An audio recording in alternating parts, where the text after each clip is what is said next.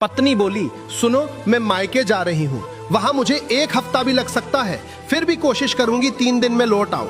मगर तुम घर को गंदा मत करना, नहाने के बाद तौलिया धोकर सुखा देना, कहीं भी मत फेंकना, और रसोई में झूठे बर्तन मत छोड़ना। सब्जी बनाओ तो मसालों के डिब्बों को गंदे हाथों से मत छूना। सिंक में पानी डालते रहना वरना बदबू आने लगेगी। टाइम पर नहा लेना, आलस मत करना। सुरेश चिढ़कर बोला, तू ज्यादा ज्ञान मत दे, मैं बच्चा नहीं हूँ, मुझे अपना ख्याल रखना आता है। पति के कड़वे शब्द सुनकर भी वो चुप रही, क्योंकि माँ ने कहा था कि बिछड़ते वक्त कभी भी झगड़ा नहीं करना चाहिए। इसलिए वो प्यार से बोली, मैं जानती हूँ मेरे बिना आप कुछ भी नहीं कर पाओगे, न टाइम पर खा पाओगे न टाइम पर नहाओगे, सब कुछ कहकर करवाना पड़ता है, इसलिए अपना ख्याल रखना, उल्टा सीधा मत खा लेना। सुरेश और भी ज्यादा चिढ़ गया था, बोला, तुमसे शादी हुए 10 साल हो गए हैं, उससे पहले भी मैं जिंदा था, तुम नहीं थी, तब भी मैं नहाता था, खाता पीता भी था।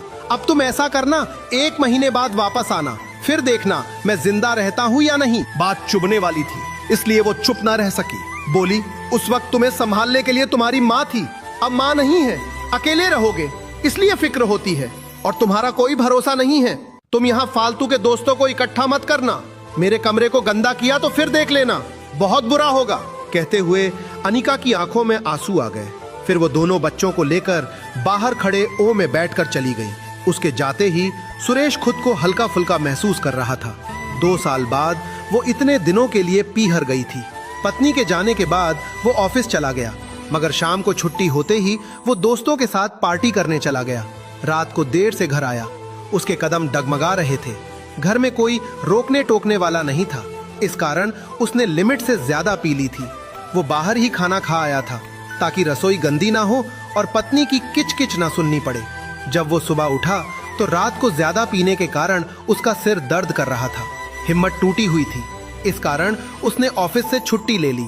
मगर सुबह के 10 बजे तक सिर दर्द ठीक नहीं हुआ तो वो ठेके पर गया और एक बोतल ले आया। 2 पैग लगाए तब जाकर सिर दर्द में आराम मिला। अनिका उसे महीने में 1 बार से ज्यादा पार्टी नहीं करने देती थी, मगर अब वह घर में अकेला था। सिर दर्द के बहाने 2 पैग लेने के बाद वह दिन में ही शुरू हो गया। भूख लगी तो बाहर से अंडे ले आया, रसोई में जाकर अंडे उबाले। उस रसोई में जहां अंडे मांस ले जाना सख्त मना था। अगर अनिका घर में होती तो उसकी क्या मजाल थी जो अंडे घर में भी लाता। अब पैग की चुस्की के साथ उबले हुए अंडे खाकर वह आनंद लेते हुए सो गया। शाम को उठा तो फिर से सिर दर्द कर रहा था। वह जैसे तैसे नहाया। इतने में 3 दोस्त उसके घर आ गए। फिर घर में ही पार्टी का प्रोग्राम बना, मीट बना, दारू का दौर चला। उसे पता ही नहीं चला कि वह कितनी पी गया था और कब उसे नींद आ गई।